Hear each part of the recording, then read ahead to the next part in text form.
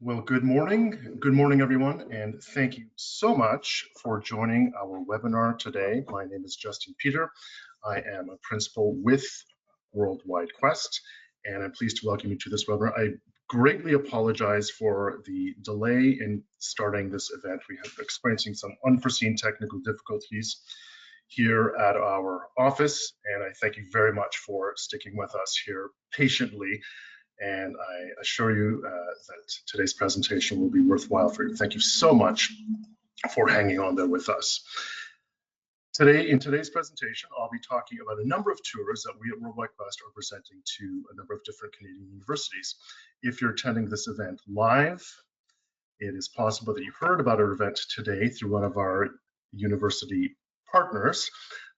Perhaps one of the schools listed here: University of Alberta, McMaster, Western, USask, McGill, and York University.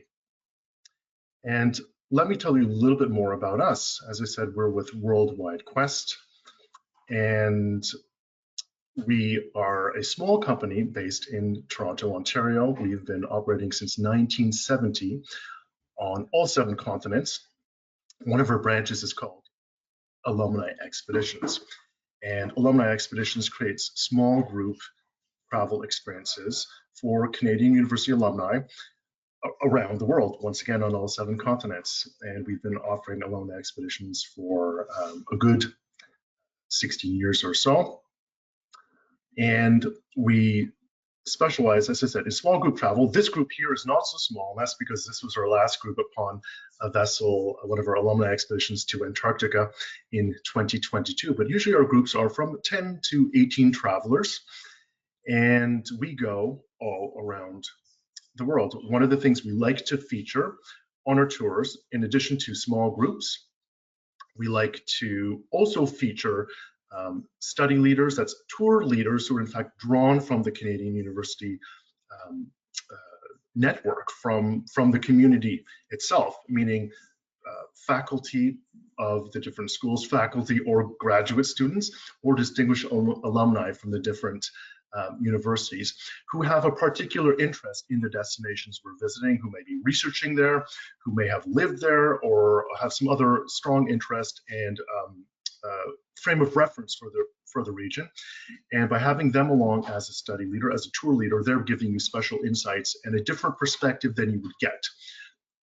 So we travel to places we think that you like to go or would like to go, and but it's a tour that you can't quite get anywhere else. It's really a tour. You're traveling with other Canadian travelers and with special leadership. And so today I'm going to be talking about a number of tours. We have, in fact, several tours that we'll be presenting in 2025. You can see here on this map here, we have a few different Canadian destinations and a few international ones. I won't be discussing all on all of these, and then as well, I will share with you how you can learn more about all of these tours. They're all very, very exciting places. And I thought we'll start today's presentation with Canadian destinations. Oh, and before I carry on, I do want to mention that we do have a questions tab in your GoToWebinar console. You'll see there's a little arrow there, and if you pop that down, there's a place where you can enter questions. At the end of the presentation today, I'll be happy to field your questions. But as they pop up, if you have questions as we go along, please feel to plug them in while you still have them in mind, and then I will attend to those following the end of the presentation. So that's just a little note for you there. So I thought I'd start with Canada. We like to specialize in areas that are remote, and you might see these dots here are not necessarily, may not occur to you as being remote, but there are remote spaces in Canada, and we like to showcase them. And the first tour I want to talk about to you today is in the Magdalen Islands. It's what we call the remote outpost in the Gulf of St. Lawrence. This is in fact a tour we've offered a couple of times to the Canadian University alumni community. It's a tour, I have to say, this has a bit of a personal spin on it. This is a place where I spent my honeymoon, and after I went, I thought, this is a great place, I think, for Canadian university travelers. So we traveled to all the places, we scout all of our locations in advance, and in this case, I'm really pleased that the trip and the location resonated so well with our travelers.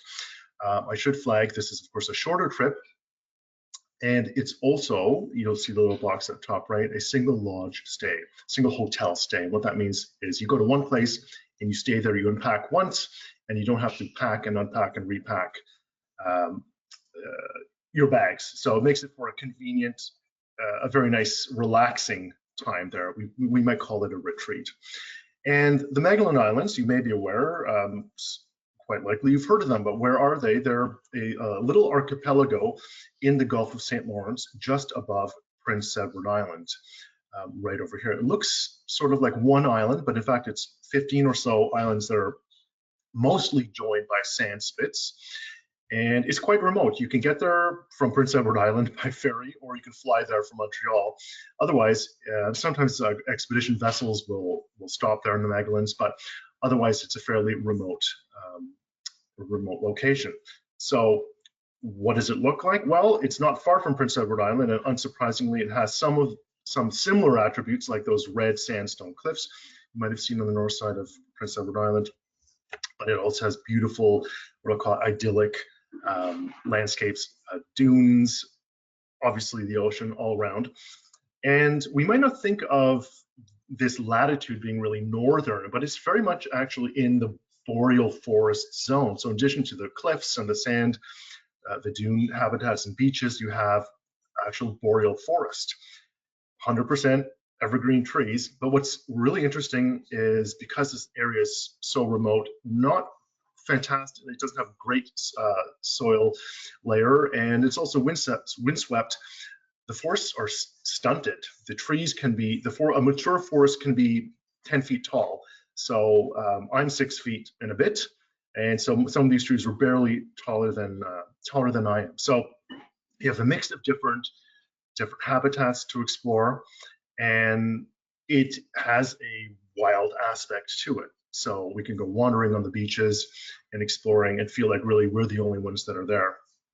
And so you can go beach combing and enjoying some of the things. You'll see this beautiful blue shell that I found was really remarkable. I've never seen anything like it. And so it's a chance to have different sorts of excursions. We will be staying at this one lodge. This is where, in fact, my wife and I spent our honeymoon, Auberge la Salicon, which is a nice, newer lodge. It's been nicely refurbished as well. And this is really the base for all of our excursions. So we stay here, and we have most of our meals here, breakfasts and all of our dinners and many of our lunches, not all of them necessarily. We can walk from here down to the ocean, but we will have our own chartered private bus that will take us from the lodge to our different excursions over the course of the week. So we'll have walks through, I'll say gentle walks on beaches, in sand dune areas on boardwalks, and through some of that stunted boreal forest as well. We'll visit different village sites. There are inhabitants. What's really interesting about the Magdalens, it's really a bilingual place. We have a French-speaking community descended from the Acadians, from Acadia just down below. And we also have an English-speaking community, which was very surprising for me. And in fact, this lodge is located within the original larger English-speaking community. So we have Canada's 2 official languages present. And we'll see that as we visit the places on the island. We'll visit, cheese place, craft place, bakery as well. And one thing we'll enjoy particularly is the food. In fact, the lodge has, excuse me, fantastic dining opportunities. We'll have, I'll call it fusion. We'll be able to enjoy seafood drawn directly from the area with different flavors that we might not expect. For example, Thai infused flavors as well. So it's sort of a fusion of international flavors, I should say, and local ingredients, which makes this great. So this lodge really offers what I call gourmet. So it's a comfortable, great experience with planned excursions on each day, but a little bit of spontaneity as well as we go about. So really have a chance to explore that nicely. And our tour leader is Dr. Alan Watson. He's a retired professor and director of the Arboretum at the University of Guelph, and he has led many tours in the past, including one of the more recent ones we've had in the Magdalen Islands. So he's very well experienced with the area and understands it. We'll also have a dedicated guide from the lodge who will be with us, who lives in the island. So we'll have two guides with us. And so, as I said, we'll have the planned excursions, but we'll have an opportunity for some spontaneity and some fun, of course, as well. And we hope that the weather will be nice and sunny as it is here. And so I encourage you to consider this. This tour is popular, and I'm sorry, the dates I'm seeing here at the top are in fact, fall dates, I should say. I should spell out. We have a June departure, which I mentioned. It is filling up now, and it will sell out. The dates you see at upper right are a second departure that we have planned tentatively for the fall. I should have included the June dates here as well. So it's a really great place with seaside landscapes, beach walks, gourmet cuisine, photography opportunities everywhere, whether it's the natural landscape or the buildings, the beautiful, colorful buildings. And it's a remote location. It really is remote. You can get here from Montreal. So that is our typical flight. Excuse me. And it's an experience that all of our travelers have really enjoyed. Now, speaking of remote, our next destination, Canada, that I want to discuss, also popular. It's one that we are bringing back because it is consistently sold out for us in the past. And this is the remote Newfoundland and Labrador. Now, of course, if you're in sort of away from the East Coast, it may not seem like such a remote place, but it in fact is quite remote. We visit on this tour the more remote parts of the island of Newfoundland, starting and ending in Deer Lake, with the red and the green is where we start. The end is the red spot at Deer Lake. We will explore the Great Northern Peninsula of Newfoundland, and then we'll cross over to southern Labrador. And so we'll have a really good mix of scenery, history, local living culture, and with special insights on Newfoundland history and culture, which I'll talk to you a little bit more about later. But of course, this part of Newfoundland, some of you may have visited, it is remarkably beautiful. That Great Northern Peninsula is home to Gros Morne National Park, which is world famous, of course, certainly famous in Canada because of the scenery, and it's used in some commercials. So this is a place we'll have a chance to explore in different parts. We will have a chance for walking and photography and such. And of course, another feature of the Great Northern Peninsula is the Viking settlement about 1,000 years old in Alonso Meadow. So we'll have a chance to visit this as well and get insights here, but just generally enjoy viewing, but also interacting with the local communities in those outports all along our drive. So this is a vast area. I would say there is a fair amount of driving between points of interest. In general, and this is something I haven't mentioned, I talked about the single lodge stay with Magdalen Islands. In general, on all of our tours, we like to have at least 2 nights stay in any place so that we can relax a little bit and enjoy. So we have those planned fairly well on this tour, but there are some long stretches, but it's worthwhile because we can get to those far off locations. And one of the places which is both an area of a point of interest as well as one of the accommodations is Battle Harbour. Battle Harbour is on the south coast of Labrador. It was a former outport community, a village, a fishing village, and it's been converted into accommodations. So we'll actually be going there and visiting and just being in that environment, but also staying in some of those very nice, tastefully decorated communities with Newfoundland Labrador crafts, such as that nice quilt you see there. And what makes this tour special, particularly special, we think, is the leadership on this tour. Our tour leader, our study leader, we call him, is Sean Cadigan, who is a faculty at Memorial University in St. John's, Newfoundland. He is an expert on Newfoundland history and culture, also an author, and he will be along with us, giving us both planned and spontaneous lectures on the bus as we travel and at different locations, points of interest on Newfoundland and Labrador history. So very, he has been lauded for his erudite, his manner rather, and providing really a lot of context to the sightseeing, because as we're driving along, there's a lot of sightseeing to do as well. So he really helps make great, he adds a lot of value to our long drives and at the different locations we'll be visiting. So this trip is in June, and June is, of course, is the beginning of iceberg season. So not only are the days super long at this northern latitude, but we'll have a chance for we'll have the super long days as well as the chance for icebergs as well. So it's a remote area, and I'm sorry that the cost on this slide is incorrect. It should say 6,995. This tour is popular, and that date is also incorrect. It is in 2025. We have Newfoundland culture, geology, hiking, music, history, outpost communities, and Viking culture. So there's much to enjoy on this tour. And the third trip I want to feature here in Canada is a new offering we are providing to the Canadian University Alumni Association. We know the other two departures are popular. There are travelers who like to explore more of the remote areas of Canada, but have perhaps traveled on those other two tours. This offering, Immersive Yukon, is a great opportunity to explore once again a remote part of Canada and gain special insights. Of course, the Yukon is known for its vast spaces. It is a very large space. Distances are long on this trip, but we aim to provide you with the highlights and special insights on as much of a compact itinerary to make this interesting for you.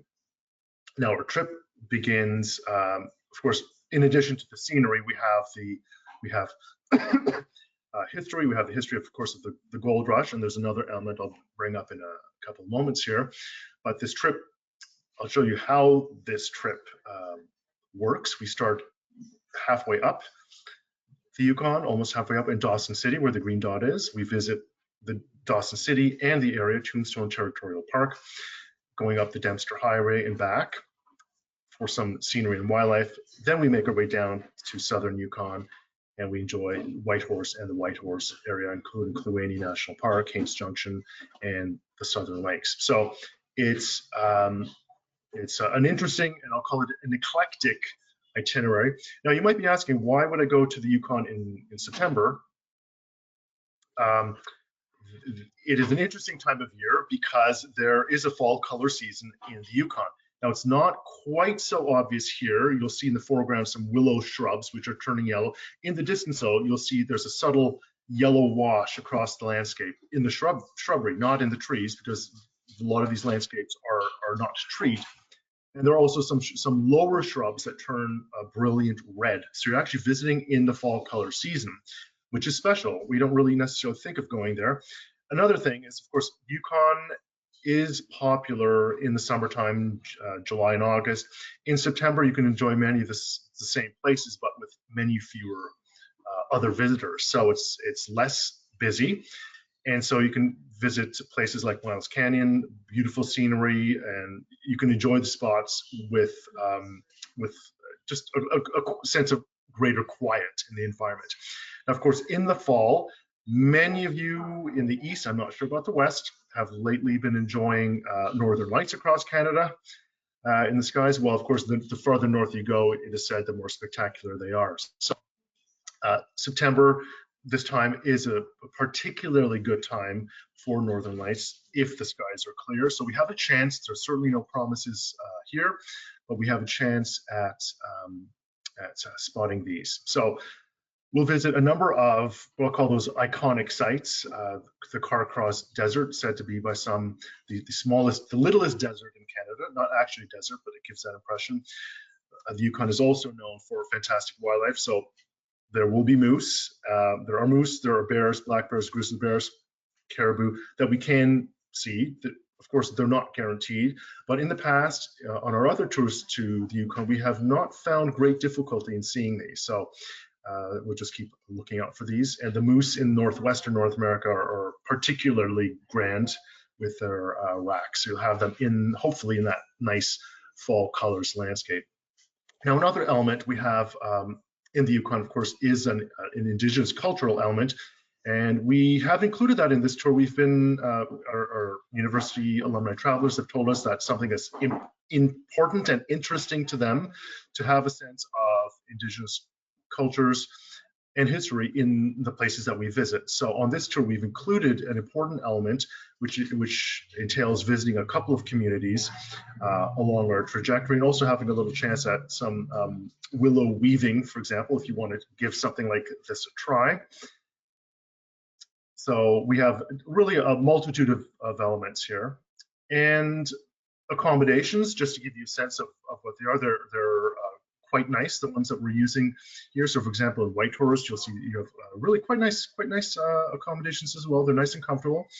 And also in our more remote locations, we like to have them set in nice backgrounds that are green, hopefully forested. So one of ours and the Southern Lakes near Carcross, towards the BC border, is in such a beautiful setting as this. This is the look outside and the look inside.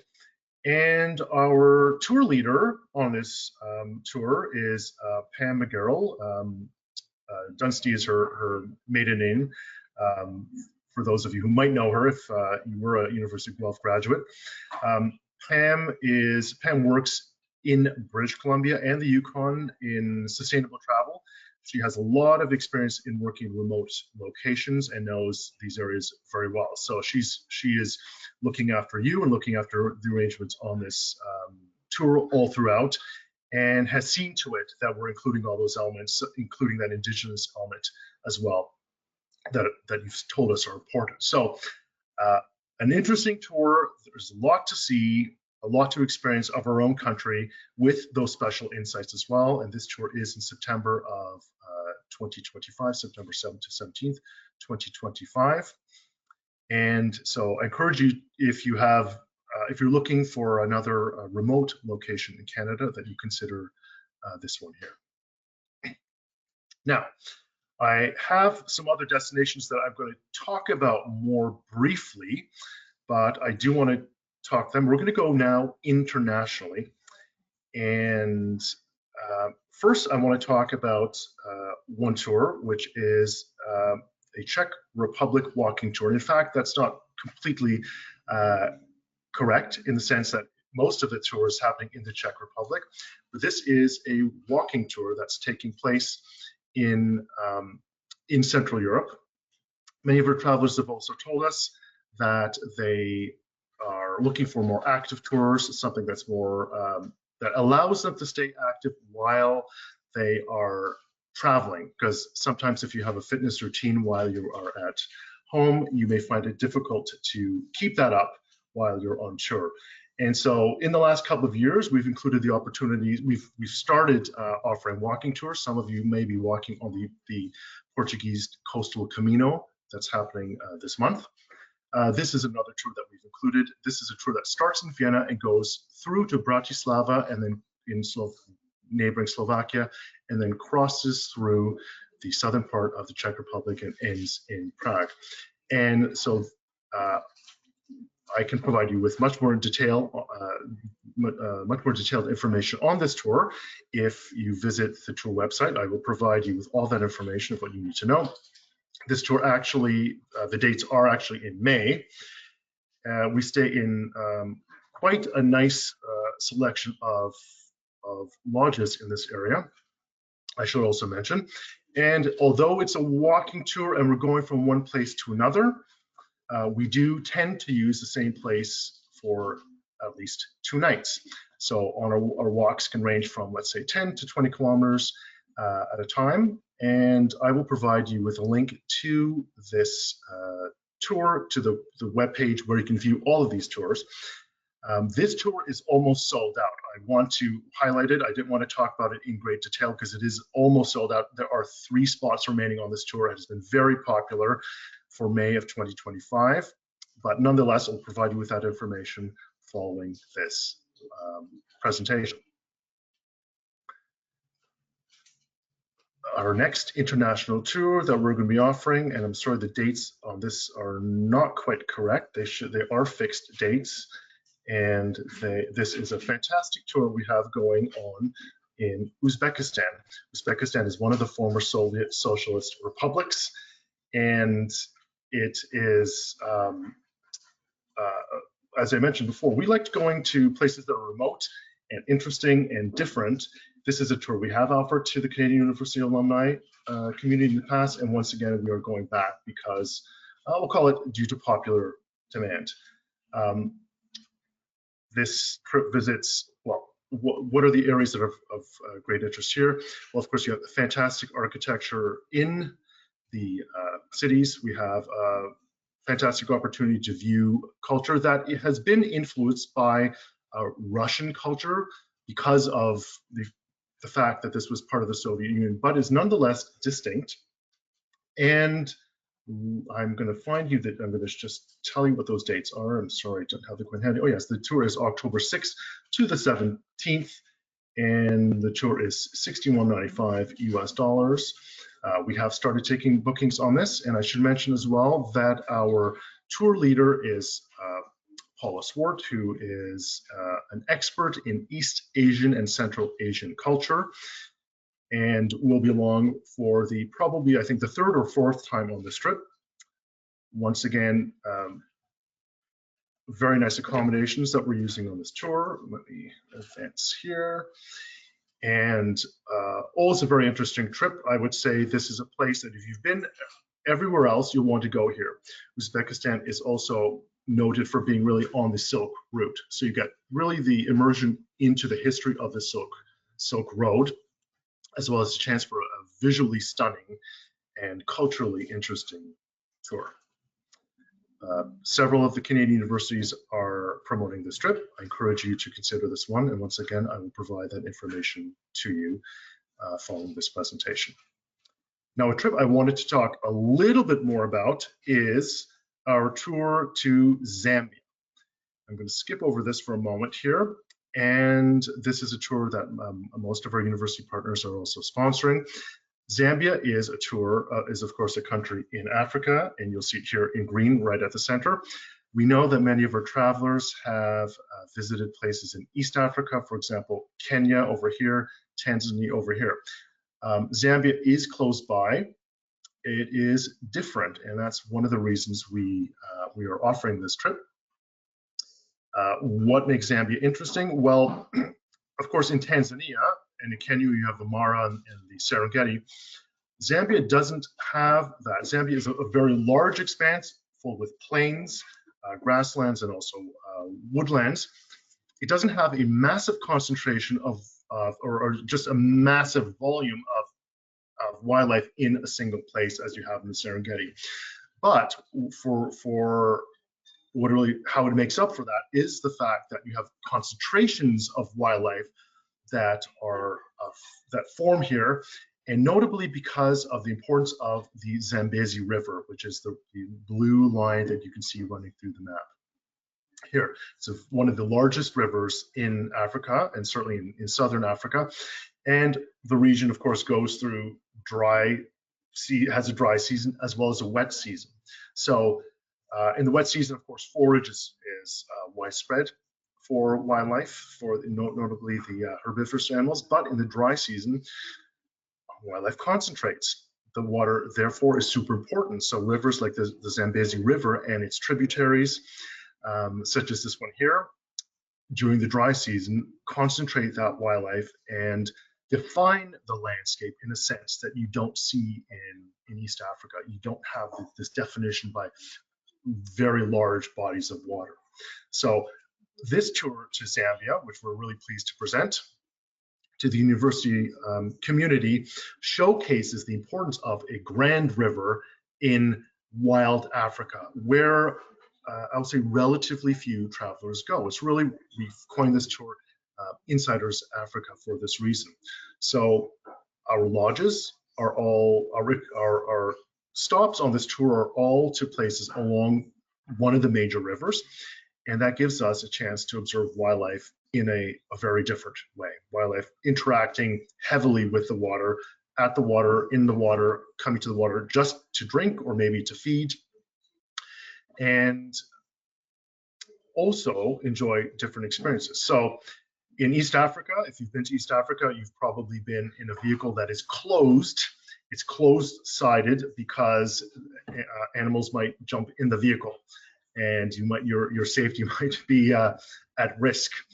In Zambia, we don't have that. We don't have a huge volume of wildlife necessarily, and but we can, and for that reason, we can be in open vehicles. We don't have cheetahs or lions jumping onto our vehicle. We can observe them at a respectful distance, but it gives you the opportunity for more what I'll call organic or direct experience of the natural surroundings. And when I say direct, I mean it in different ways, because Zambia, in addition to allowing safari drives where you can go and view wildlife, Zambia is also the home of the walking safari. So this is done in other parts of Africa now, but in Zambia, you can walk on land with a guide, fully protected and fully taken care of, going on land, descending from your vehicle and seeing the landscape in a very different way that you can't quite appreciate when you're perched up on a vehicle. So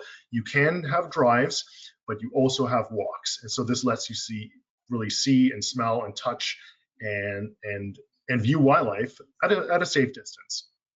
So this is an opportunity for you to follow, and by having that experience, you just see the land in a different way. A lot of the land that we're walking on, for example, right in this spot where we were looking at Cape Buffalo, is actually flooded in the rainy season because those rivers swell and break their banks and flood large areas. So we're seeing the land, getting to places we can't get to during peak rainy season, which is interesting because you're observing how the wildlife is using that space. And another part that's very interesting about this trip, we think, is what I'll call the Canadian experience. This is me when I was in Zambia in 2021 at the same time of year. And it is me canoeing. And I had never foreseen that I'd actually be utilizing my canoeing technique. In fact, they put me in charge at the rear of the canoe with another person staying at the lodge, and I got to practice my steering of a canoe. And this is another opportunity you have, is to canoe and on tributaries of these larger rivers and view wildlife literally at below eye level, in fact. So you don't have to be at in charge of the steering. You can just be at the front of the canoe if you like, but it's a unique opportunity to view the wildlife below eye level. These elephants can be seen at a distance. Sometimes they'll rumble at you, but generally they're inoffensive. And thankfully, because they are, oh, there's my video, there you'll see. And we have a chance to see hippos as well. Hippos tend to keep away from us, which is good. They are a very large animal, but we watch for them, and you can paddle at the front of the canoe and know that someone is at the rear and in charge of your experience. So this is an opportunity you can't get readily in other parts of Africa. It's peaceful, it's quiet. You don't have the rumbling of vehicles, as those of you who've canoed in the past know. You have that nice peace and quiet. So it's really an experience of African wilderness. As you're hearing the rumbles of elephants, you're hearing tremendous bird life in Africa, seeing and both hearing the bird life.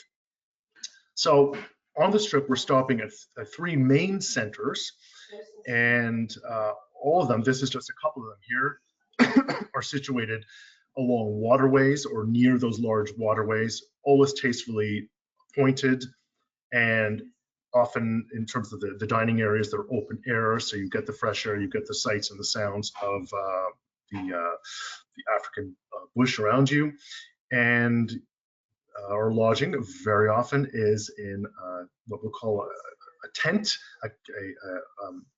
we'll call it sometimes a glamping experience, which is a canvas tent upon a wooden platform. You have your own separate chalet in the sense, your own separate tent, and you sleep with a mosquito net here. Not that it's needed in the dry season necessarily, but you get to hear all the sounds of the African bush. You might hear hyenas, you might hear owls at night. So you get a sense of the soundscape at daytime and nighttime, and you often have a fantastic view before you hear. So it's a fantastic trip, we think, and one that's going to be taking place November 3rd to 14th of 2025. And our study leader on this one is a wonderful graduate of multiple schools that are participating, Jane Waterman. She's actually a professor at University of Manitoba, and she specializes in behavioral ecology of mammals. In fact, she teaches a field course in African mammals in Southern Africa, usually every year. So she will be our expert guide during this trip. And all the details on the tour and on Jane Waterman can be found inside the detailed itinerary. So I wanted today to touch on all of the tours in some way, and as you've seen, I've gone to detail on some of them. You can find much more information on all the tours we're going to be offering in 2025 to you at worldwidequest.com/alumni. In fact, I think I can type this into the chat console, which you also have there, and I will take questions in a few moments here. I noted that there are some questions already for me, and one of them was a very good question, particularly good question. All questions are good, but let me pop out my questions tab here, and I would like to address them. One of them is Virginia was asking, is the requirement to join a tour, for a tour, is the requirement that you be an alumni of one of these universities? And the answer is no, you do not need to be a graduate of one of the universities. We call them these tours for alumni and friends, but if you've caught wind of this webinar and you're watching this webinar, we consider you a friend. And so really our tours are open to all curious travelers who want to continue their lifelong learning and who enjoy the small group experiences with fellow Canadian travelers and that special insights from Canadian University study leaders. I have another question from Carol. Do our prices include airfare? And there's two questions here. Is there also an upcharge for solo travelers? So our prices do not include international airfare, Carol, partly because our travelers are coming from all sorts of different places from across Canada or even internationally. So if there are, and I underscore international airfare, if there are internal flights for tour, for example, on the Zambia trip, the domestic or internal airfare is included in your tour fare. Carol's also asking a question, is there a charge for solo travelers? There is a single supplement on our tours if you would like guaranteed single accommodations. If you are looking to share, we do have what we call a request share program, which is if you book early and you're looking for someone to share with, we will try and match you up with another solo traveler. We do find that there are quite a few solo travelers who are looking to share, so that is something we can accommodate usually, but that takes booking early just to assure that. Otherwise, a single supplement would apply. Now, Wendy's asking a question about the remote Newfoundland Labrador trip. Are there any opportunities to hike in Gros Morne? Yes, there are different opportunities, Wendy. We consider our tour to be more of a moderate difficulty, so we're not trekking on our tour in the sense of trying to climb necessarily the highest peak, but we do have walking opportunities in Gros Morne for sure. So you can be sure of that. And in terms of the price on that trip, I had the cost of that tour, let me just tell you right now, is 6,995 Canadian plus the 15% HST, which applies in Newfoundland and Labrador. Now, I also had a question from, let's see here. Oh, Donna is asking, is any portion tax deductible? I'm not sure if you're referring to a Canadian trip. I think if you are referring to Canadian, I would say there is no portion that is tax deductible per se. There are taxes that are applicable in Canada depending on the jurisdiction. So there's either GST or HST that depends on the province. So it could be 5% or it could be more, 13 or 15% depending on the place. But the tour cost is not tax deductible. Barry's asking if the prices are quoted for the trips. If the prices we quoted for the trips are based on double occupancy, yes, they are. They're always assuming double occupancy. And as I answered already to Carol, yes, there would be a single supplement if you wanted a guaranteed single room, or if you didn't have a roommate for that. So I will wait if there are any further questions here. I would like to thank you for joining me for this overview of some of the tours for all the tours we're offering at the Canadian University alumni community in 2025. I encourage you to check out this link here, worldwidequest.com/alumni. And if there are no further questions, I would like to thank you for participating. I note that there was a question for Barbara asking about an India trip. And I'm sorry, Barbara, in fact, we are not presenting an India trip to, Worldwide Quest is not presenting an India trip to the Canadian universities in 2025.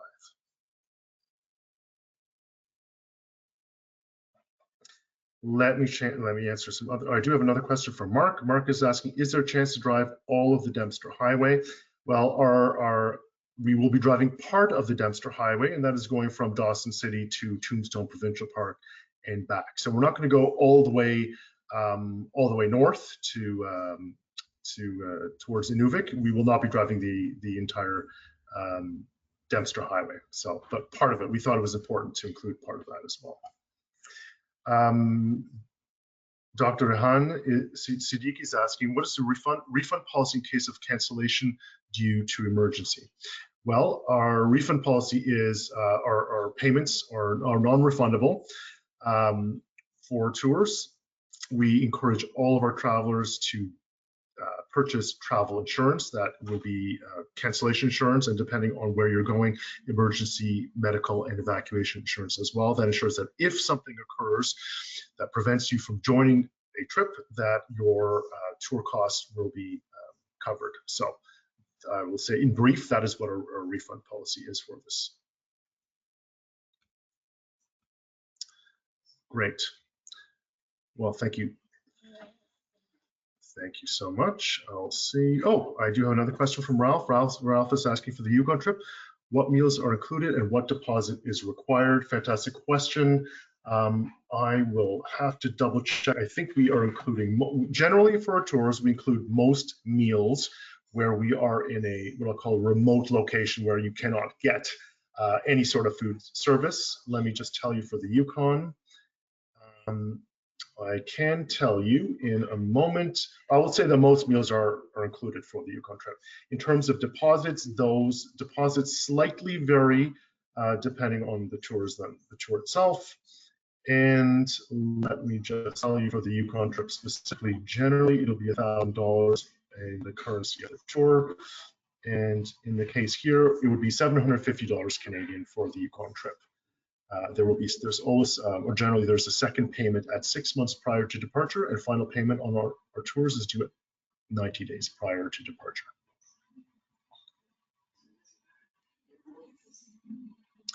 Great. Well, I'll wait a couple more moments here if there are any further questions. And if not, I would like to thank you for joining me today. And I do apologize for the delay in the starting of this webinar. I'm glad that you were with us, and this webinar is recorded. We will be providing you with more information and a chance to view this presentation again with a link to the recording. So thanks very much for joining us today, everybody, and we hope to welcome you on tour in 2025.